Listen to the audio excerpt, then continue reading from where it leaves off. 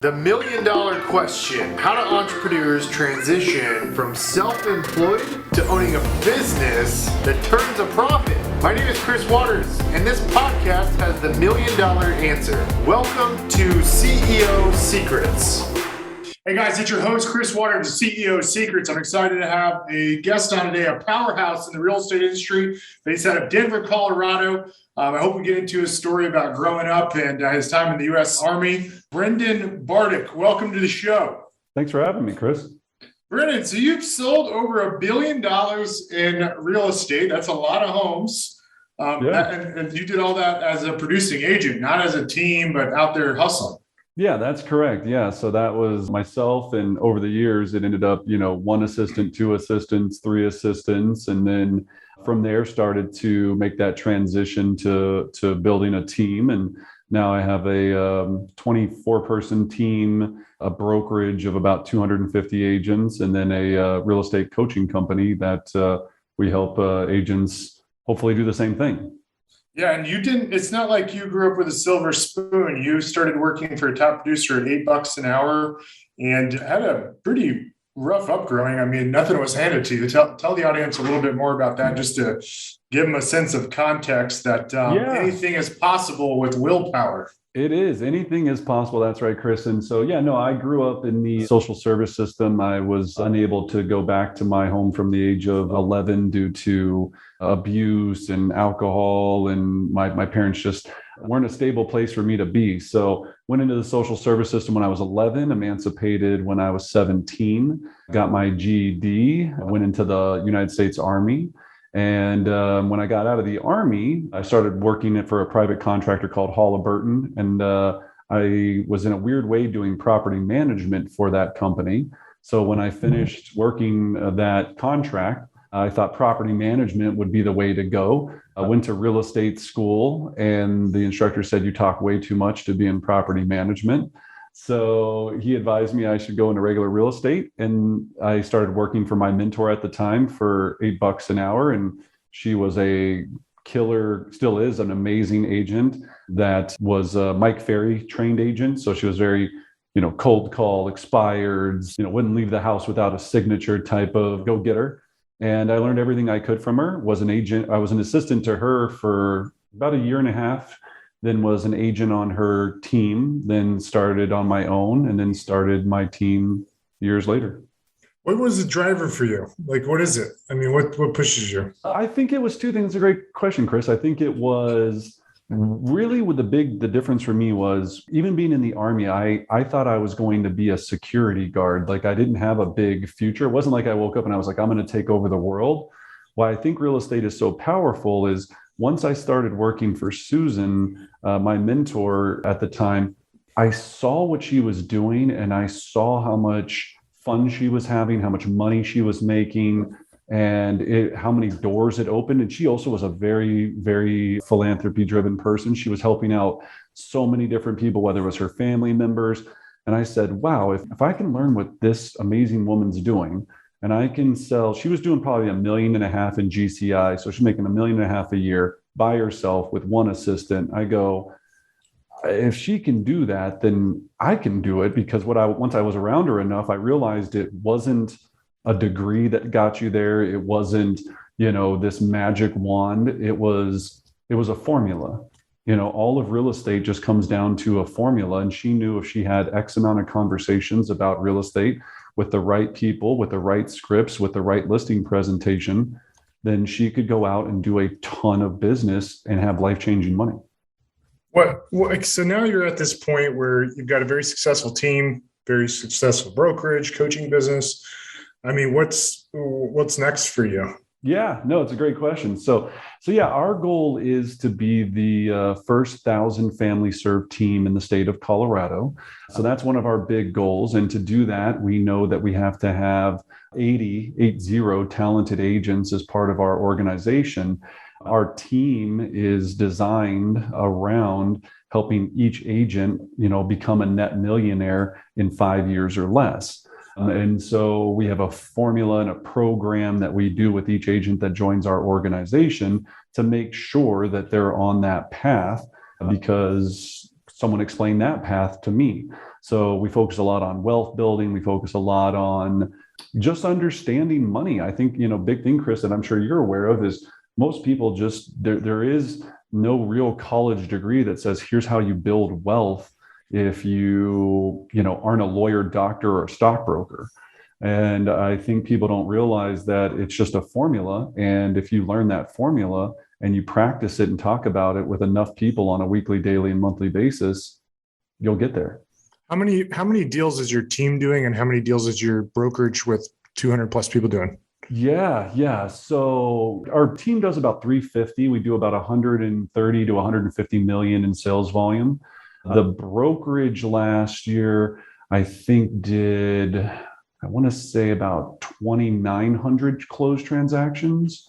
And I don't know what the volume was off the top of my head. Do you have any issue with like guys on your team wanting to go over to the brokerage once they think they have it figured out I'm assuming they get a better commission split on the brokerage versus the team? Yeah, well, great question, Chris. So it totally depends. So with our team, we have what we call a path to ownership.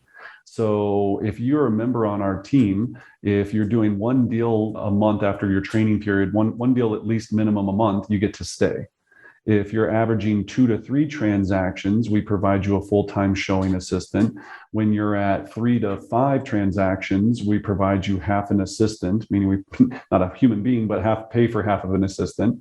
And then when you're averaging 5 to 7 or about that, we pay for a full assistant. And then at that point, we start talking about ownership. So our company, I want every single agent to have ownership inside our company so they grow. And as we grow, they make that money as well. And the market center taught me how to do that, or the brokerage, we call market centers and Keller Williams-isms. But that taught me how to understand that every organization is basically 100 shares. And if I could make people understand that, hey, there's a path to ownership, well, then hopefully you don't really want to leave because you like the community, you like the people, and you're an owner. So that's how I've tried to design it. Was, yes, years ago, I think I had an issue where, not that agents would leave because of a better split, it would get to a point where I think agents, all of us, want to not have to wake up and sell by force every day, right? What I try to do is go, look, you can have, we have, ownership in title companies. We have owners, it's like, how can we build these wealth buckets? So in 5 years, when you're working with me, we're doing some really cool stuff, not you just have to go slaying houses every day. For you, what net income is higher, the brokerage or the team? Where do you make more money? Oh, the team. Yeah. The team, simply on the aspect of we make more money with the team simply because of the value that we bring to the team and then the way that it is structured. Our office is a high volume agent office with a cap structure. So if you have a cap, it's very difficult. You have to have a boatload of agents, for example, 250 of them, to make any decent kind of money. But on the team, since it's not capped because you're constantly providing transaction management, training, leads, and all of that, since it never caps, there's definitely a lot higher ceiling there. Why do you keep the brokerage going? I get that question all the time as well. And Chris, the real reason is about 5 years ago, I was either going to leave and do my own thing or just take over the brokerage, because for me, the environment and the community was just as important to me. If my agents were going to be there and I hated being there, then that affected everyone. So the previous owner was a good enough guy. I still think he's a great guy. It just wasn't he had 5 offices. It wasn't his pride and joy. So I wanted to build a place that was my pride and joy, that I spend since I'm there a lot, I spend a lot of time in the office, that I wanted to make it a good time, a fun place. So I never looked at it as the brokerage being this huge money maker for me. I looked at it as, I want my team to have a home that they enjoy, that we can really have a blast in. Otherwise, we could have just gone off on our own island and did it ourselves. And you own the KW Market Center? That's correct. You're the franchisee? Yep. You have any partners in the deal, or you're by yourself? So I have 3 agent owner partners. I'm the majority owner, but yeah, they're all amazing. It's just a good group. Just this other night, we had, our whole office, we had a casino night party, and it's just stuff like that where I think culture, I've learned over the years now, is so valuable to morale and to recruiting and to retention, right? I mean, half the people in my office I'm great friends with, and consider them to be great friends of mine, and I just enjoy the environment. Like when you think about your brokerage and the agents, the ones that leave, is there one place they typically go?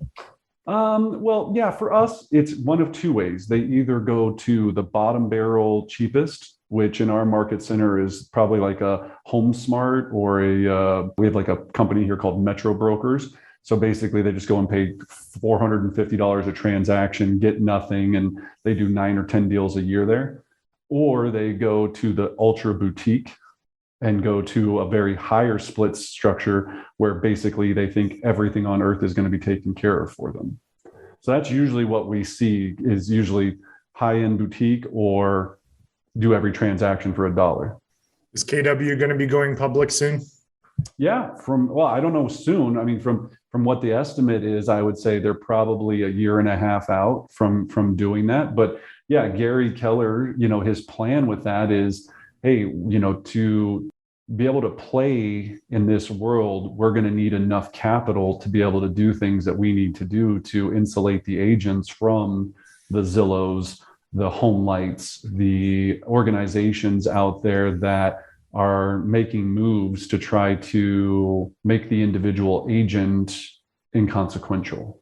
Is the best way I could say it. So is he telling everybody at KW, I'm assuming the money will be raised to help give agents access to funding to provide an instant offer type solution to compete exactly. with Zillow? Well, we already have. So we have instant cash offer. It's called Keller Offers, which our office uses all the time. That one's backed by OfferPads, is that right?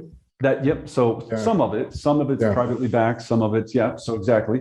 So more money to do that, more to do more what we call the concierge program or the fix and list. So, hey, we can go and identify this property and just have this bankroll. I mean, when you're talking 100 and I don't know what the current count is today, 160,000 agents, it's a much different subject than for a smaller company like a Compass or an EXP or something that has 30 or 40,000 agents to make those promises to all their agents. Because if everybody says yes at Keller, there's got to be a bankroll there to back it.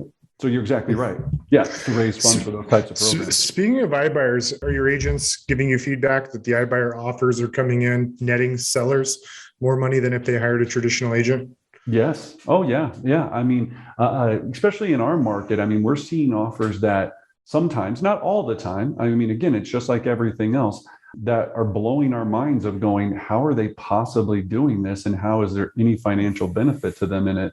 So yeah, there's things that we're seeing that make no sense, except for we get that it's a long-term hold in place situation. And they're leveraging the fact that they think that the rental market is going to stay as strong as it is for the years to come. But they're hedging a lot of risk on some of these deals. I mean, there's some deals I've seen where I can't make it make any sense. There's no possible way it makes sense.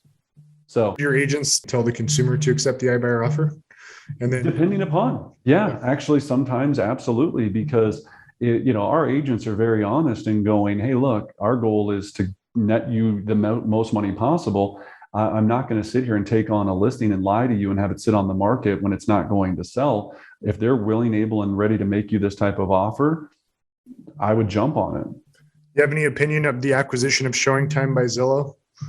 I think it's interesting. I think, again, talking about, again, the reason why I'm with the company I'm with is if everybody's making their play, right? Everybody's making their move to go, how can I monetize this industry, simplify it to a point where we control all the data? And again, every move that's being made right now is a play for data, right? And so how do I make the move to control the data? I think the more fascinating piece is, acquiring inspection companies to make sure that we have all the previous inspection data on, so again, kind of like a Carfax, right? Imagine you had the inspection data on a house that was bought 3 years ago and it stays on file forever. But if you're the company that controls that data, and you could say to the consumer, hey, just so you know, while you're out looking for properties, we already have about 40% of all the inspection data on all those homes prior. You can run that prior to you moving forward.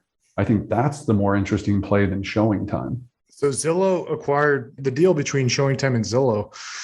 is being investigated by the FTC, because if Zillow can tell a consumer what the home is worth online, and then Zillow has all of the data on showings and whatnot, then, and they know that demand is on the rise, they could increase the price and immediately make a profit.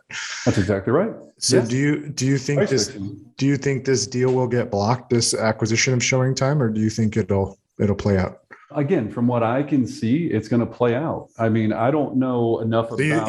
you think they'll acquire Showing Time and the deal go through? Oh, absolutely. I mean, I don't see how there's enough legal clout to try to block it. But again, and if Zillow doesn't do it under the Zillow's name, Zillow has so many other subsidiaries where they would obviously do something. But Zillow is not stupid. They understand the battle for this universe is data. And so they're going to make every play on every move they can to control that data so they can create an Uber universe where an agent will show up for $50 to show a house and try to. This is why I tell people all the time, Chris, that this is the craziest time in real estate, where we've always talked to agents about you need to be a specialist, right? Like the general practitioner will die. Right? Because if I can replicate what any Joe on the street can do, which is access the MLS, go show a house, then will there always be a consumer for that? Sure. Some consumer's going to go, look, I don't mind putting the legwork in to save the commission and do some extra stuff. But if I'm working and I'm a specialist and I know that a buyer's coming in and they want a specific property type or a specific neighborhood, and they know that my name coincides with the best in the business in that particular field or area, then they're going to be willing to work with me as a consultant. And that's how I look at myself, as a consultant, to make sure that they're going to have the best experience on earth. Right. So you, again, like we just talked about, you're going to have a Costco real estate experience and you're going to have an Hermes real estate experience. Both of them have a different market of buyer that'll use each type of product. The Showing Time platform controls over 80% of the showings. 80%. If the consumer's on Zillow, they can put the house on Zillow themselves. Zillow sends them a lockbox that works for buyers and agents. I mean, in a sense, it is kind of like turning agents into an Uber driver, because consumers will own much more of the process of finding a house. As technology eliminates most of the customer journey, if you will, if you think about, for real estate teams and brokerages, you generate leads or do things to get referrals. You meet the people, assess value for them about the property, you give them guidance, et cetera, put the house on the market, the customer journey, right? Yep. If Zillow eliminates all of that using technology, and essentially, you don't even need an agent to open the door, and agents just are basically on Zoom advising people and helping them with contracts. What do you think? Like, how do agents make money? If we get to a point where the tech replaces like 80% of the customer journey, and the only thing the agent has left to do is be a advisor via Zoom, because the consumer already saw inside the house. They have an inspector telling them what's wrong with it. The websites are giving them Chris, estimation. we already saw this during COVID. I mean, I was doing, and still to this day, I've kept on doing it, and my team does it, virtual listing presentations. So think about this, right? I don't have to come to your home anymore to list your home.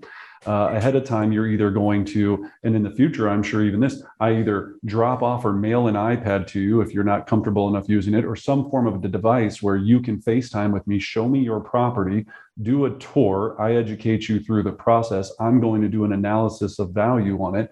The problem with the things that Zillow cannot do just quite yet is see inside your house, see the condition, the repairs, the updates, the upgrades, especially on homes. Like we have homes here that were built in 1890, right? So they can't quite understand the difference of a house that's on this street versus this street. Will the tech get better and the algorithm possibly work some of that out? Sure. But to answer your question is, yes, will the way that we consult with clients and interface with clients greatly change? Absolutely. Even how we're doing buyers right now, again, I will, because of how quick the multiple offer situation is, my agents will go out, FaceTime a property with the client, because they have to make an offer that quick before it's gone. They're no longer going there in person anymore. So that's already changed, I think, in a lot of ways. What they're hiring people for, though, is the same thing, right? You could go and get arrested and you can get assigned a public defender. or you can get arrested and have a big time lawyer that knows his stuff that can help you hopefully not go to jail. I think it's the same type of difference in real estate and the same type of difference in everything.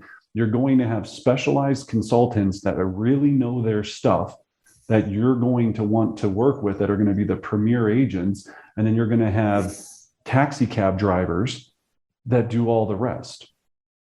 And that's the thing I think agents have to start figuring out really, really quick is, am I going to be the end all name when it comes to when a couple gets divorced? Am I the number one name in real estate for divorced couples, real estate or family separation real estate? Am I the number one name, or at least am I in the top 5, right? When it comes to that. So I think that's the change. Yes. Do I think it'll eradicate? No, because even if all of this still works, we still know there's so many legality things that happen.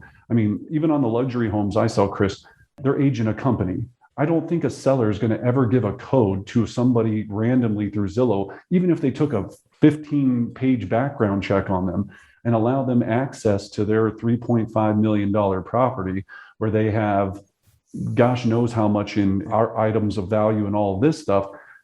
I don't think anyone's going to feel comfortable for that for a long time. I'm not saying it won't get there someday, but I think we're years and years out from that. And then on top of that, you still have to think about mountain properties, acreage. We sell properties with 35, 50, 70 acres of property where I have to take people on 4-wheelers to show them all the acreage and to make sure they understand it. Explaining septic systems, tap fees. I mean, Chris, yes, do I think for a certain product, $350,000 to $500,000 single family home in XYZ stacked neighborhood where every house looks basically the same, will this possibly be okay? Yes. I think there's a possibility of it. Do I think outside of that, it is such a hard thing to reproduce on what agents do? I don't know if the tech is going to be strong enough for at least 50 years to be able to reconcile with that. Is your team using KW Command, speaking of tech? Yeah, or is it just your individual agents? Like, is your team not use like a typical CRM? Yep. So we use Real Geeks. So my team uses Real Geeks. And the only reason we do not use Command is because the build out that we did inside Real Geeks for the last 15 years, it was so elaborate that, and our website produces so many leads every single month because of the landing pages we built and everything else that, we haven't made that transition yet because it's just not a big enough value for us to do so. But I know plenty of people that are big teams that are having massive success with it and massive issues with it. I think it's just like any, developing tech. There's what's your favorite tech right now? What's your favorite tool? Tech? So what we use, I'll just give a shout out to it. I love Real Geeks. I think the Ferraris in our industry are Real Geeks and Boomtown. If you're not using one of those two, then you're probably not playing at a high level. I think Sisu is what we utilize for all of our agent tracking, which is a game changer, meaning turning in numbers, tracking contracts, having visual scoreboards, which we're huge believers in. Then how do you have Real Geeks and Sisu integrated? Are you using RealSync? Yep, correct. Yep. So that's a big piece. And then we have obviously Real Geeks synced with all of our website leads, Zillow, any type of leads we have, it's all coming in and synced with Zapier through Zillow. And then we, the outside tech, right, that we utilize. So we are big fans of RedX. We're big fans of Mojo. And we also have a company that we use that's called Nexus Lexus that helps us find data, right? So we use skip tracing data like bounty hunters use to find people. Because again, we're not stupid either. We understand, Chris, this is a data game, and he or she who can source and find, for example, if you are an absentee owner and you own the 6 properties in LLC, most agents will stop there because they'll go, oh, I can't ever get to the owner. Well, if I can find the data that gets me the owner of that LLC and I can get his phone number and have a conversation with his 6 properties, well, maybe he wants to sell 2 or 3 of them. So I think the data game is. What do you think is going to happen on the pricing side? Do you think we're at a plateau and we're going to be stagnant for a while? Do you see us declining? What are your thoughts on future So prices? well, obviously market to market here in the Denver metro area, we've already seen it. I mean, I study it all the time. So, showing times, days on market have already quadrupled since July 15th. You're seeing it slow. Then you have school starting, which is always the weirdest time of year because everybody freezes for a second. So now agents for the first time are getting panicked. You're seeing less listings hit the market. So the inventory is still pushing, but it's the same thing. Eventually, you get to a breaking point where prices cannot continue to exceed, because the problem here, Chris, is we're pricing out all of the normal buyers. When I say by normal, I mean FHA, VA, buyers that are working normal jobs. Unless you are independently wealthy or have a shoot ton of cash, eventually prices will have to come back to real earth. So because inflation and people's salaries haven't increased enough to be able to live here. Right? Otherwise, people just start moving to outer areas, or in our area, everybody starts leaving. Our biggest exodus right now is to Texas. They're going, why stay here when I can go live in Texas, get paid the same amount of job and pay 150 grand for a little mega Texas mansion instead of paying 700,000 for the same house here. So I think people are just getting to the point where you're seeing that migration happen out of force, right? Yes, Colorado's a beautiful place to live, and I can't imagine living anywhere else. But you're going to get to the point where it's not worth that much. What are you investing in? So I'm investing in companies. My biggest focus is investing in, all the ancillary options. So mortgage, title, property management, and just looking at ways to grow those complementary businesses that are already in my wheelhouse.